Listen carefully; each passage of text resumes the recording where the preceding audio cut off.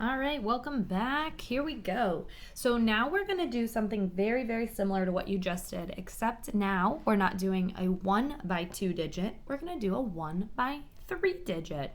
So now in addition to your strips and your singles, you're going to have to draw your sheets. So you can see in this problem, if I was doing 3 times 324, I need to represent my 3 with 3 single cubes. And then 324, I would need 3 sheets of 100, 2 strips of 10, and 4 singles. So it's going to end up being the exact same process as before, where now you're going to do 1 times 100, 1 times 100, and you're going to draw those base 10 blocks. So when you're done, it's going to look something like this. So 1 times 100 is 100. 1 times 100 is another 100.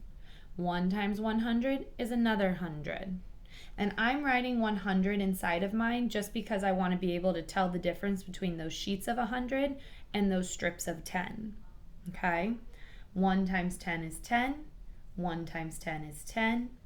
1 times 1 is 1. 1 times 1 is 1. 1 times 1 is 1. And 1 times 1 is 1. So now I can see what 1 times 324 is. But I have to do that 3 times. So there I go again, and then a final time.